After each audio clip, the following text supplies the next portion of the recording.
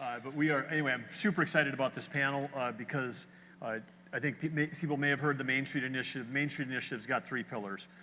One is vibrant, healthy communities. Number 2 is smart infrastructure. With smart infrastructure, that means next generation, next century infrastructure, but it also means lower property taxes. And the third thing is workforce, because you can't, if you're not attracting people to do the jobs of today and tomorrow, then your community is going to die. So these are the 3 elements. But of course, as we have had many speakers today already talk about, education is infrastructure. Education does tie to workforce. Where we place our schools has a huge effect on the cost of infrastructure in a city and the vibrancy of that city. And we cannot have vibrant, healthy communities unless we have vibrant, healthy schools, which is why we're having this conference. So that you cannot really separate Main Street Initiative from what we're doing across K-12. But we've got this awesome panel here of North Dakota educators doing amazing things. And I'm just going to start out. We're going to go right down the line, but we're going to start out with Joel here and Captain Joel, as I like to call him. And so he is 28 years in the North Dakota National Guard, served in Iraq in 2003. Captain led close to 300 troops over there. Everybody came home. First of all, let's just say thanks for your service to the state of North Dakota.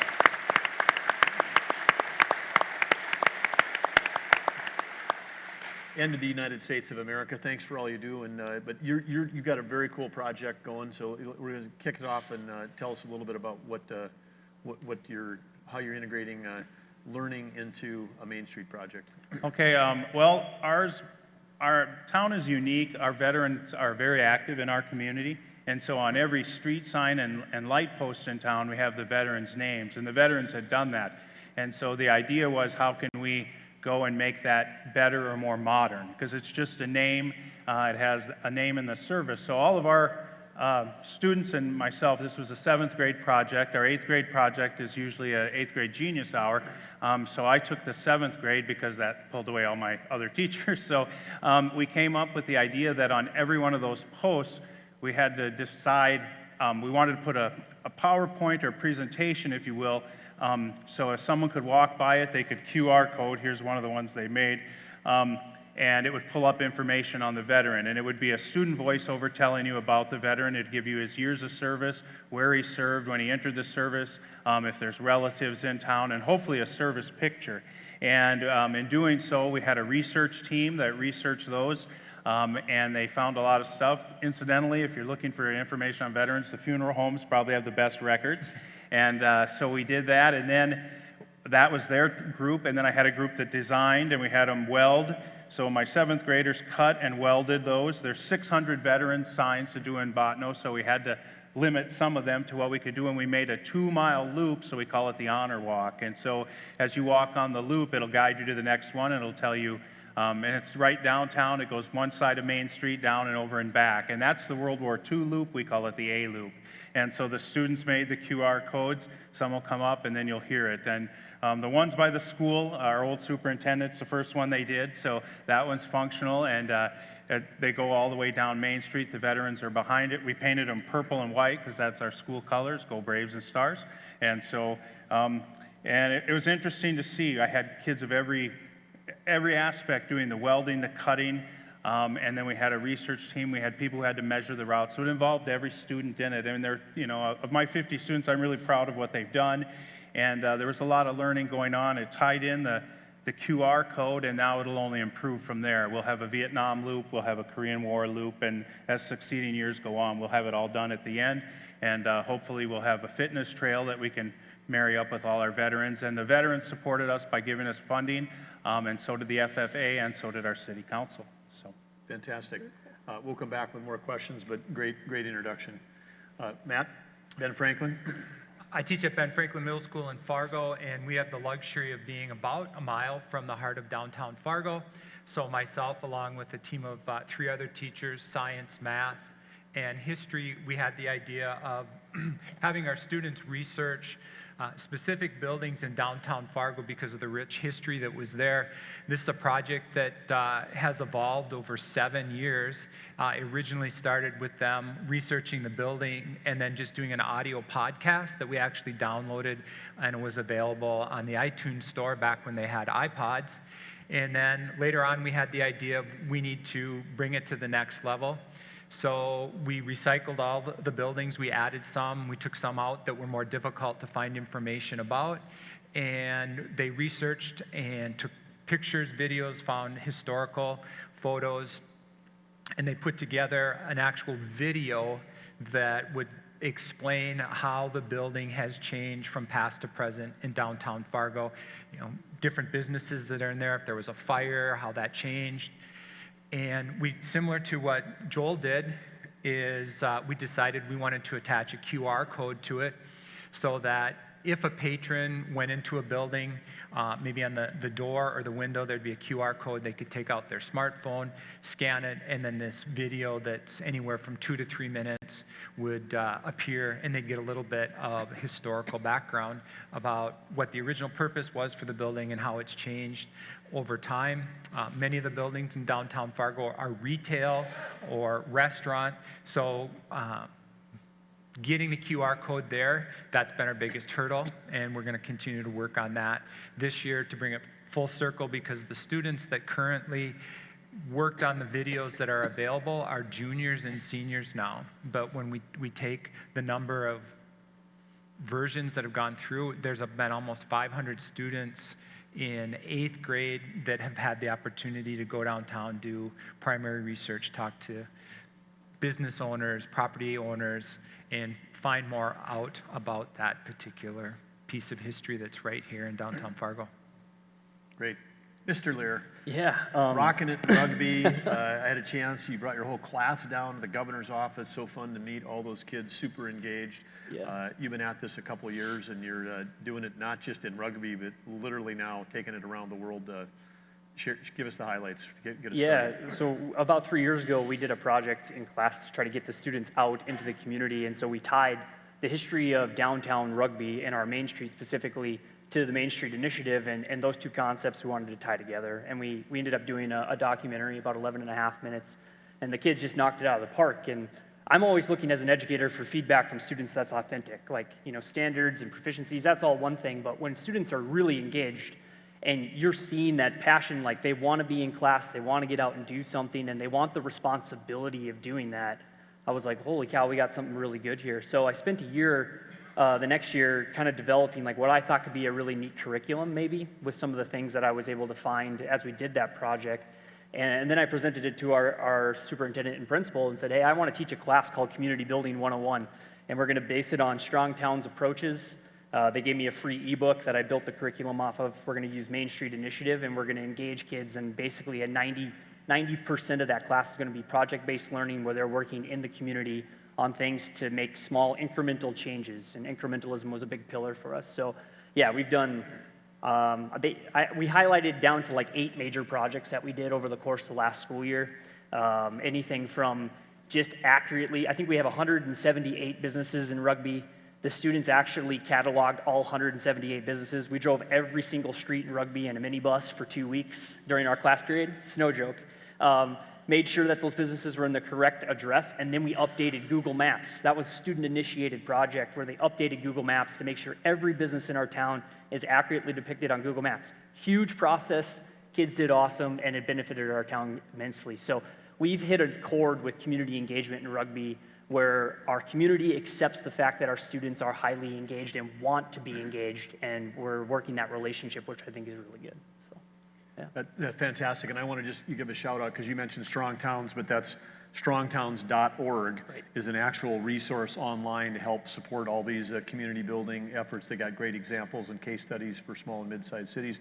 And then the other thing, this getting things pinned on Google Maps, I got to just give a shout out to that. It's fantastic. When we before we took office, we were traveling around the state, I was finding that state parks, state historic locations, driver's license location, none of it was pinned on Google Map. I mean, because it takes a business owner has to know how to do it. Well, a business owner may have the initiative to say, I want to do it because I want people to know where to find me. Sometimes government locations weren't going through that same process, but now we have the most accurately pinned community in America is Rugby. Every single business. So you drive into Rugby and go to Google Maps, it just lights up with everything that's going on in that town. And so that alone was fantastic, and I'm sure the kids feel a great sense of accomplishment there. So let's talk about kind of second order effects, because you guys had great experience engaging lots of kids, hands-on, real world, connecting with the community. What kind of skills are these students learning? What kind of disciplines? I mean, and did you have critics that say this isn't this isn't really school? So tell us a little bit about some of the challenges you overcame, and tell us about what the kids are taking away from this.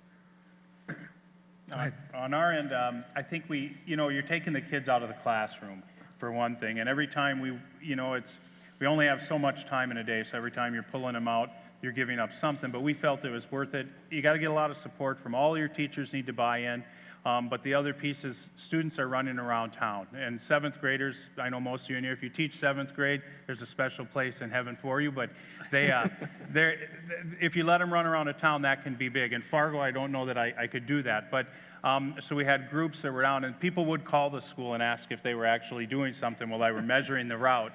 They had an enduro wheel, so you run into that a little bit. But we taught our students to weld.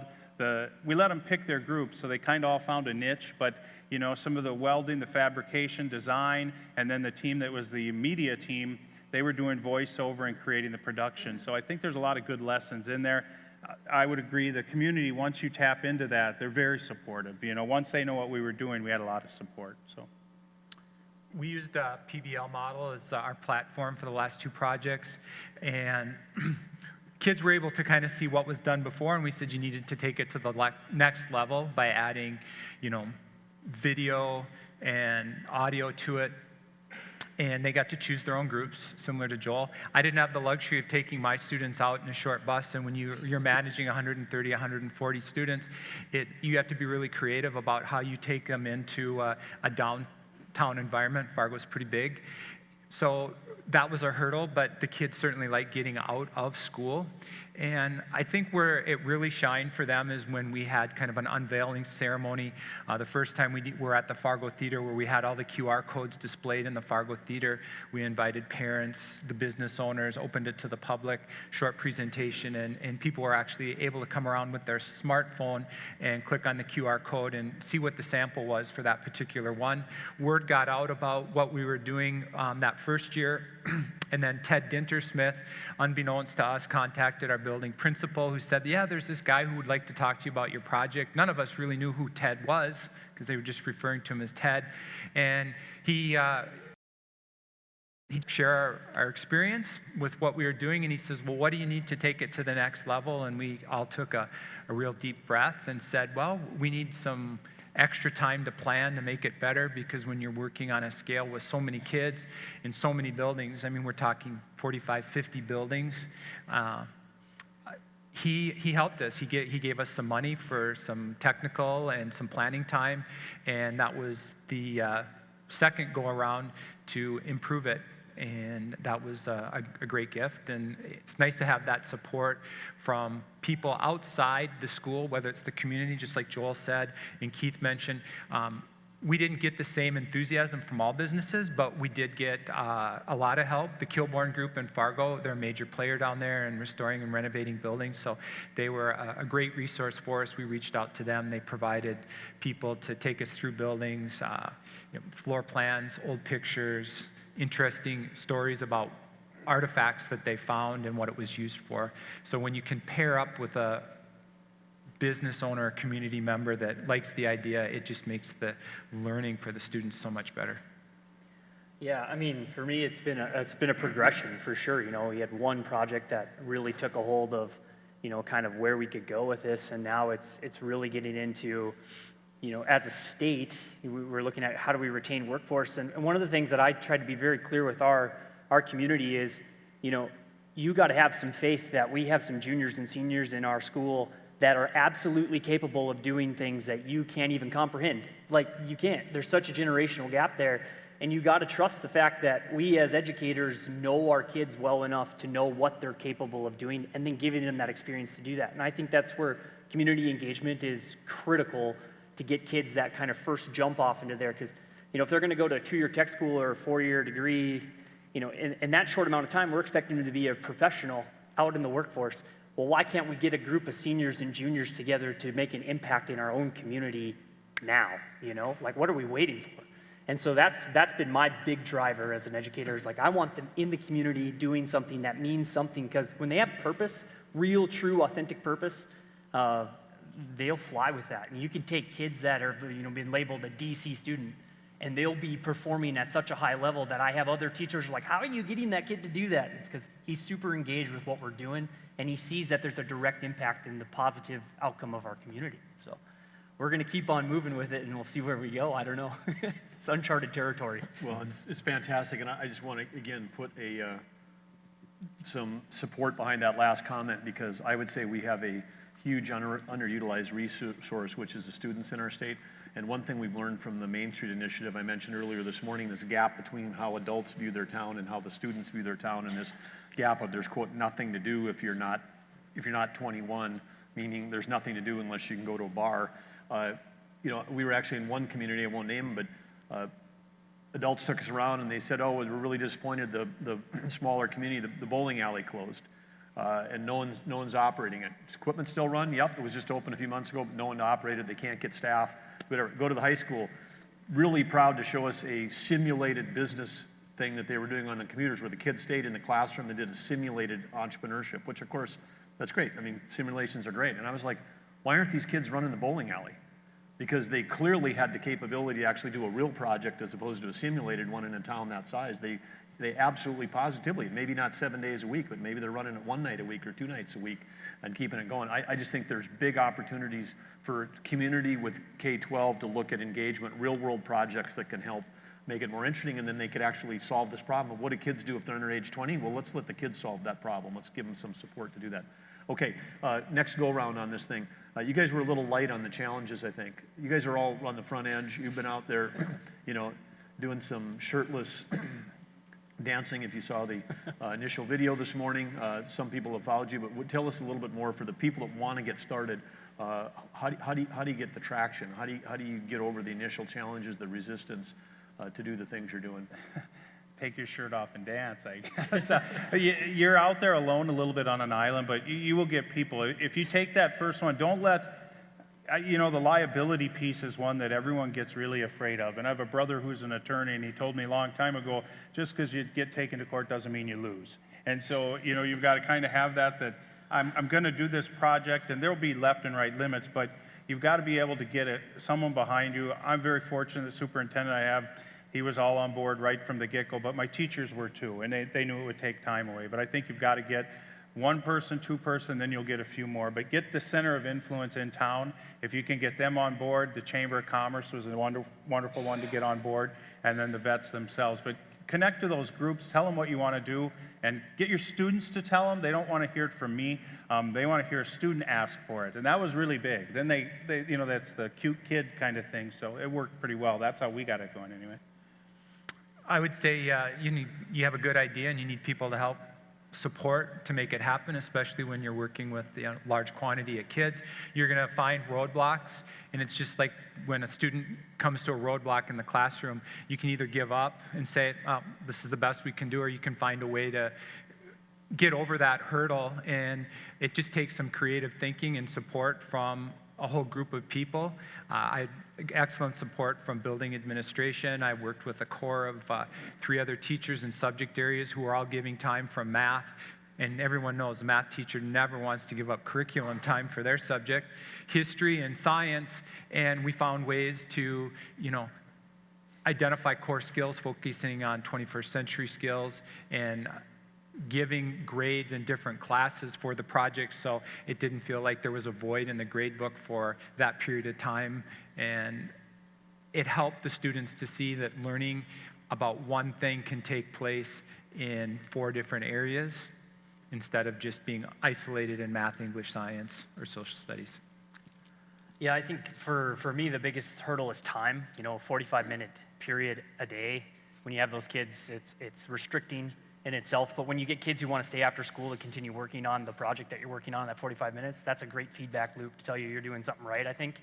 The other thing I think is probably identifying a teacher in your building who would want to run with something like this would be a big one. And then, getting the community leaders involved and understanding that this isn't just something that's, it's not fluff, it's take it serious. These kids have real concrete ideas that will improve our community. Take them serious, because if you want them to come back to the community, they need to have some buy-in in this process too, for sure. And I get feedback from students now. Like, I got a thank you card in the mail a couple days ago from one of my seniors. Mr. Leier, thanks for the laundry money. And by the way, I can't wait to come back and talk small town Main Street with you when I graduate college. Like, that's a huge feedback loop for me as an educator, knowing we're pushing in the right direction. So, yeah. And Kevin, maybe just talk a little bit. I know you've been doing some overseas stuff and how that came full circle. You got a fun story to share. Yeah, so I started a study abroad program 6 years ago, and this summer marked the 100th kid that I've taken abroad to a different country. And I had a group of 27 students in Italy, and we were in downtown Florence, and Governor Bergen was able to meet some of the kids in that class, community building, in the spring. 3 of those kids were in that group of kids that we were in Florence with, and Devin walks over to me. We're walking back to our hotel, and he goes, Mr. Leier, check out how much surface area they have dedicated to pedestrian traffic versus car traffic here. The walk score's got to be incredible. And I was like, holy smokes, that's what we talk about in class. That's real world application. They're seeing it. Talk about mastering a subject content, for sure. I mean, 100%. It's awesome. So. Well, fantastic. Yeah. Well, listen, I want to say thank you to the 3 of you, because I know your communities are benefiting, your students are benefiting, the education system's benefiting, and I know you're lighting a spark of interest and bringing together all these things, because you can't do a project talking about Main Street or honor walks, whatever, without getting into math, design, creativity, communication. I mean, really, the 4 C's that we talk about all the time that we see are all apparent in all the projects, and they certainly were apparent in the students that I met. So for me, I want to just say thank you, but also thank you for being here today, and thanks for being part of the panel. Let's give these 3 educators a hand. Way to go, guys.